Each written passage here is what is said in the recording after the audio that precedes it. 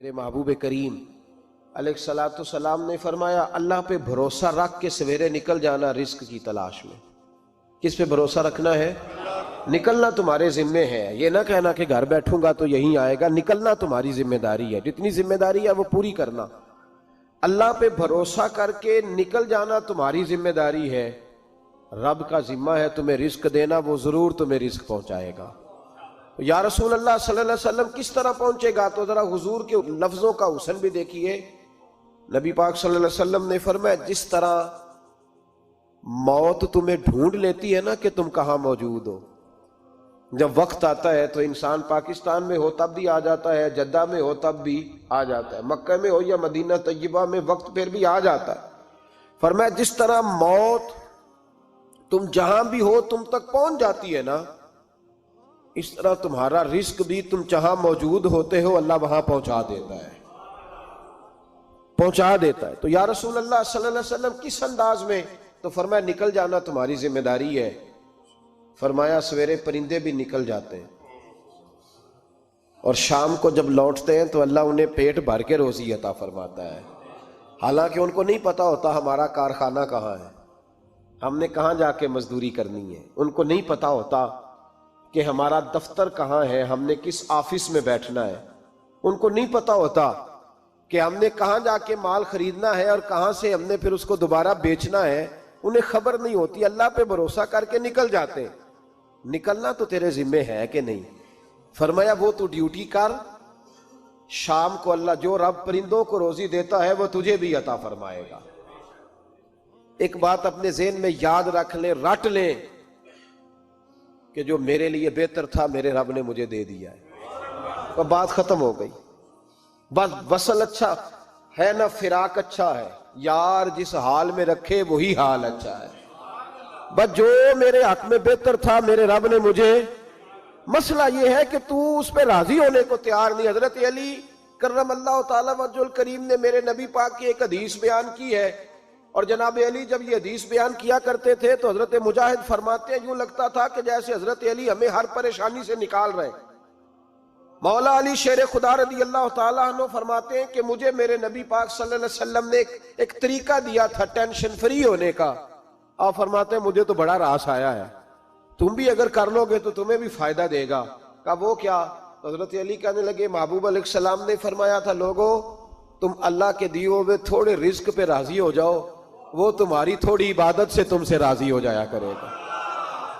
بس تم 2 نفل بھی پڑھو گے تو اللہ راضی ہو جائے گا، تم 1 رکوع بھی سویرے اٹھ کے پڑھو گے تو وہ راضی ہو جائے گا، وہ تمہارے 313 درود شریف سے راضی ہو جائے گا، تم اس کے دیے ہوئے تھوڑے رزق سے راضی ہو جاؤ۔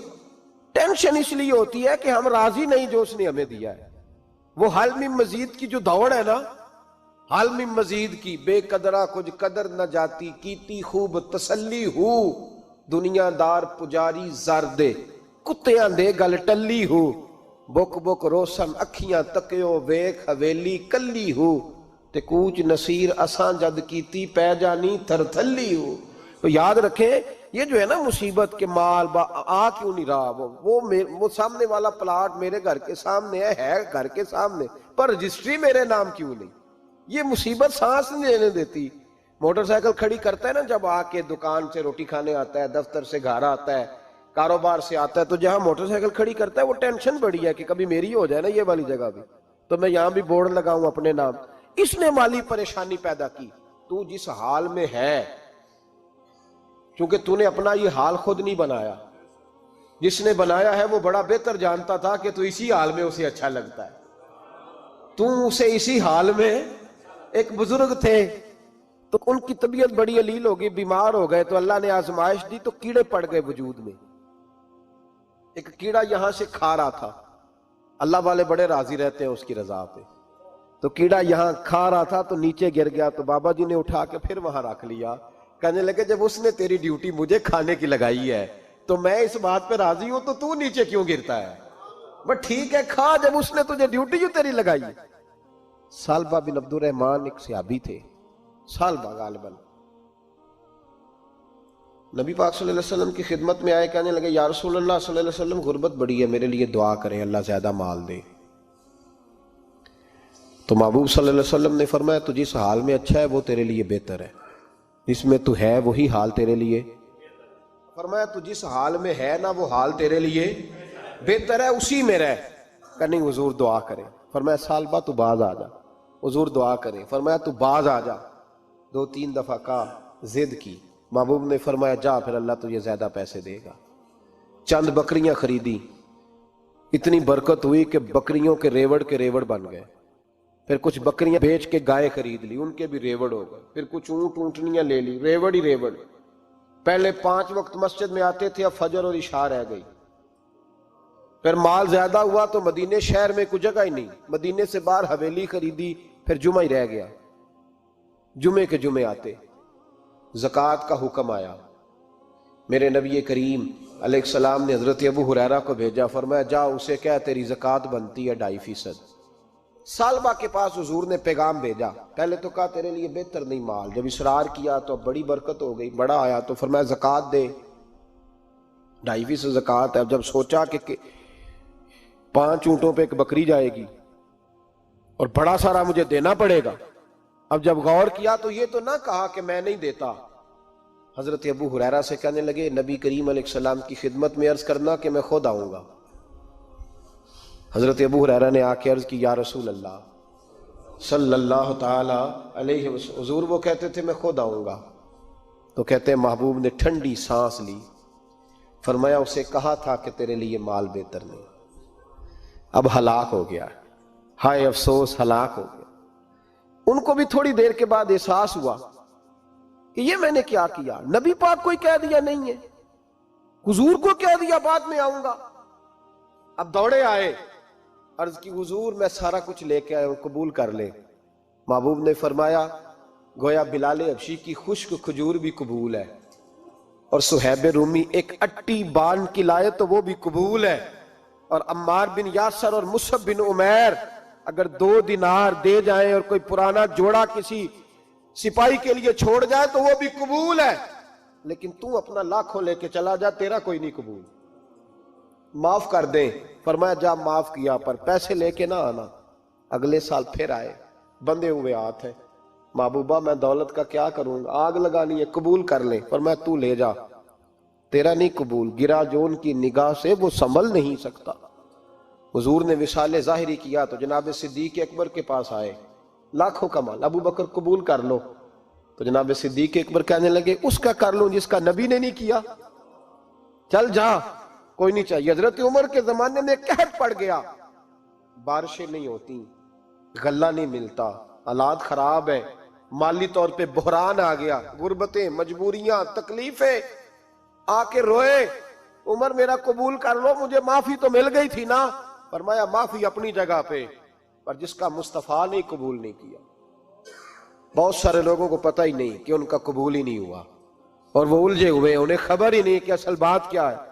فرمایا جس کا مصطفیٰ کریم نے قبول نہیں کیا، اب ہیرے اور جواہرات بھی لے کے آئے تو بھوکے مریں گے، پر اس کا قبول، اس بات پہ راضی رہو اس حال میں اللہ نے رکھا ہوا، اس حال میں راضی رہو۔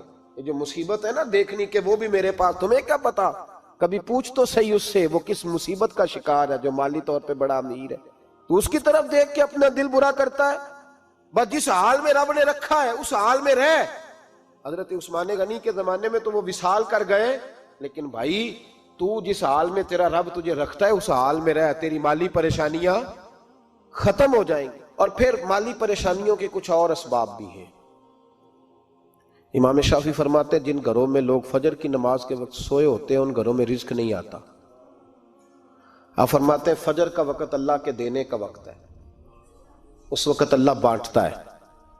حضور صلی اللہ علیہ وسلم کا فرمان ہے نا حدیث میں کہ تہجد کے وقت اللہ پہلے آسمان پہ نزول جلال فرماتا ہے جو اس کی شان کے لائق ہے تہجد کے وقت، اور وہ کہتا ہے مانگو میں تمہیں عطا کروں گا۔ لینے کی باری آئے تو بندہ سمیٹ سماٹ کے اندر گھس جائے۔ ہمارے ہاں یہ ہوتا ہے کہ عشاء کے بعد بچے بیٹھتے ہیں موبائل لے کے، تہجد کا وقت آتا ہے تو ان کی آنکھیں بند ہونی شروع ہوتی، تو لینے کے وقت تو سویا تھا، تیرا مسئلہ کیسے حل ہوگا؟ بھائی جب کوئی آدمی خیرات بانٹ رہا ہو تو جو پیالہ پیچھے کر لے اسے ملے گا؟ کہتے اس وقت آنا جب میں بانٹ رہا تھا، اب تو کدھر آ گیا ہے؟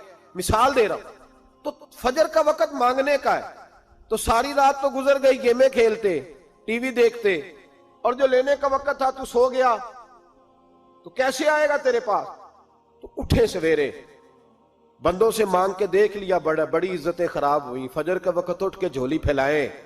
میرے رسول پاک علیہ السلام فرماتے ہیں, رب فرماتے ہیں جب بندے میرے آگے جھولی پھیلاتے ہیں مجھے شرم آتی ہے, کیسے خالی واپس کر دوں. تو اس کے سامنے جھولی پھیلائیں سویرے اٹھ کے, رزق میں برکت ہوگی. اور پھر ایک اور بات, پانچویں بات, رزق میں تنگی اس وقت ہوتی ہے جب ہم مال غلط جگہ پہ خرچ کرتے ہیں. اللہ مال دیتا ہے اپنے فضل سے, اور جب ہم اسے ضائع کریں. مثال دیتا ہوں, میرے پاس ایک شخص نے آ کے کہا حضرت جی بچی کی شادی ہے, یا میرا گھر میں کوئی بیمار ہے, یا بڑی آزمائش ہے, 10,000 کی ضرورت ہے. میں نے تھما دیا اس کو.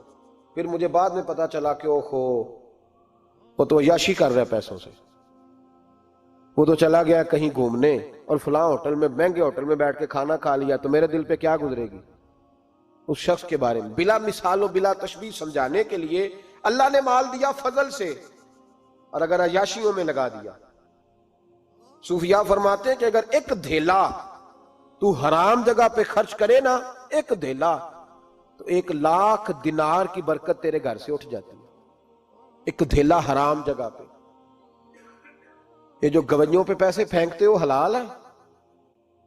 چلیں بینڈ باجا تو شادی پہ آپ نے اپنی مرضی سے بند کرنا ہے یا بجانا ہے, لیکن گویوں پہ جو پیسے پھینکتے ہو جائز ہے؟ بولے.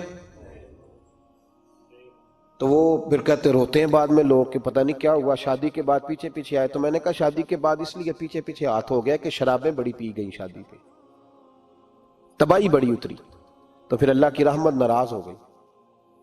اور اس پر میں قرآن مجید کی آیت پڑھتا ہوں, رب فرماتا ہے وَمَنْ أَعْرَضَ عَنْ ذِكْرِي فَإِنَّ لَهُ مَعِيشَةً ضَنْكًا. بڑی سخت آیت. وَمَنْ أَعْرَضَ عَنْ ذِكْرِي, فرمایا جب تو میرے تذکرے سے, میرے ذکر سے منہ پھیر لیتا ہے, فَإِنَّ لَهُ مَعِيشَةً ضَنْكًا, تو میں تیری معیشت کو, تیرے رزق کو تنگ کر دیتا ہوں.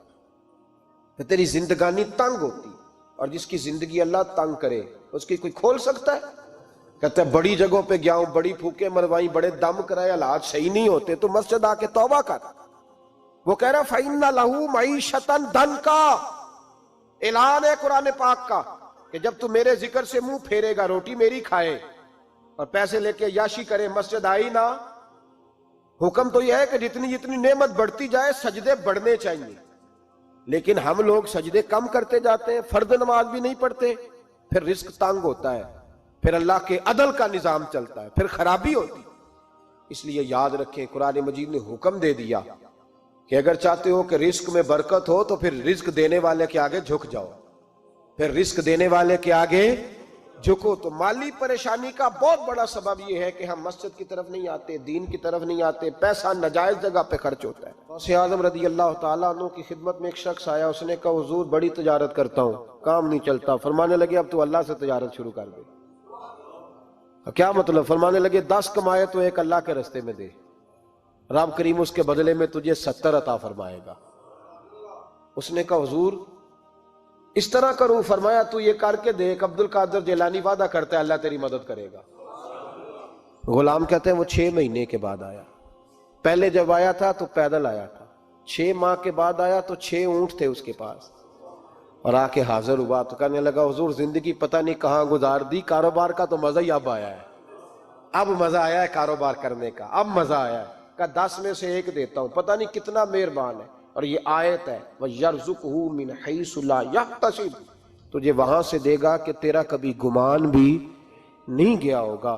روحانی معاملات کو بھی ضرور شامل حال رکھیں, اور مال مانگے اس سے جو بے حساب دیتا ہے, دنیا داروں سے نہیں مانگے, اس سے مانگیں جو دیتا ہے تو پھر بے حساب ہی دیتا ہے. دعا کرتا ہوں اللہ ہر گھر میں برکت پیدا کر دے, ہر گھر میں فضل کر دے. آخر دعوانا ان الحمدللہ.